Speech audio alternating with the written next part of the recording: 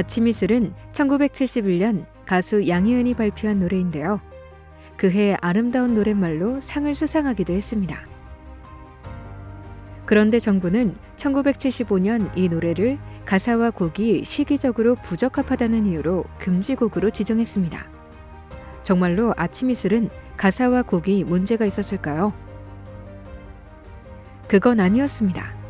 이 노래가 금지곡이 된 실제 이유는 민주화를 요구하는 시위 현장에서 시민들이 자주 불렀기 때문이죠. 노래뿐만 아니라 당시 정부는 여성들이 미니스커트를 입는 것도 남성들이 머리를 길게 기르는 것도 허용하지 않았습니다. 1970년대는 이처럼 노래를 부르는 것도 복장과 머리 모양까지도 정부의 규제를 받아야 했던 금지의 시대였습니다. 이런 규제가 가능했던 것은 그 시대가 유신체제였기 때문입니다. 유신체제는 유신헌법이 공포된 1972년 이후의 정치체제를 말합니다. 유신헌법은 박정희의 장기 집권을 위해 만든 악법입니다. 이 체제에서 국민은 대통령을 직접 뽑을 수 없었습니다.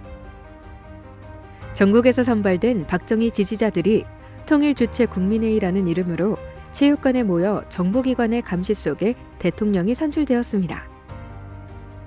조건만 갖추면 누구나 대통령 후보가 될 수 있었지만 뽑힐 가능성이 없었기에 늘 대통령 후보는 박정희 혼자였고 득표율도 100%에 가까웠습니다. 투표자 대부분은 박정희에게 찬성표를 던졌고 무효 처리된 표는 단 2표. 그마저도 박정희의 한자 이름을 잘못 썼기 때문입니다. 투표자 거의 전부가 한 사람에게 찬성표를 던지는 이런 선거 방식은 지금 우리가 누리고 있는 민주주의와 거리가 멉니다. 하지만 박정희는 유신체제를 우리나라 정치 현실에 적합한 한국적 민주주의라며 국민을 속였습니다. 국민의 기본권을 제한했던 유신체제는 민주주의를 바로 세우려는 시민과 학생들의 끊임없는 저항을 받았습니다. 1973년 어느 날 박정희의 가장 큰 정치적 경제자였던 김대중을 중앙정보부가 납치하는 사건이 일어났습니다. 김대중은 겨우 풀려났지만 자신의 집 밖으로 나올 수 없는 가택연금을 당해 사실상 감옥에 갇힌 것과 같은 생활을 지내게 되었습니다.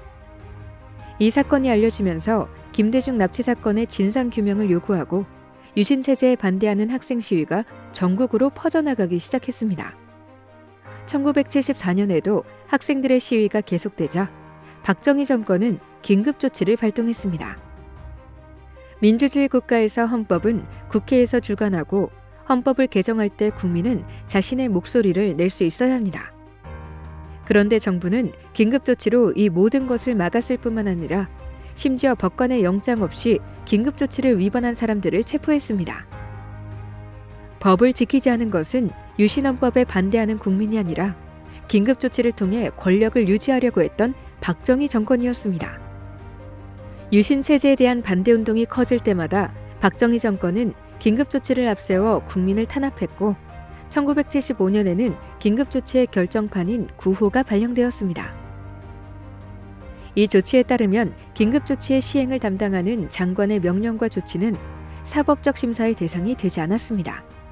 장관의 명령 한마디가 곧 법이었죠.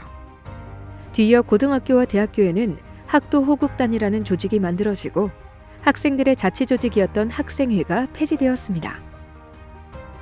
유신 반대 시위에 앞장서는 학생들을 단속하기 위해 학교를 군대와 같이 통제하려고 했지만 그러나 이러한 엄격한 규제 속에서도 학생들의 시위는 계속 이어졌고 시민들도 저항을 멈추지 않았습니다.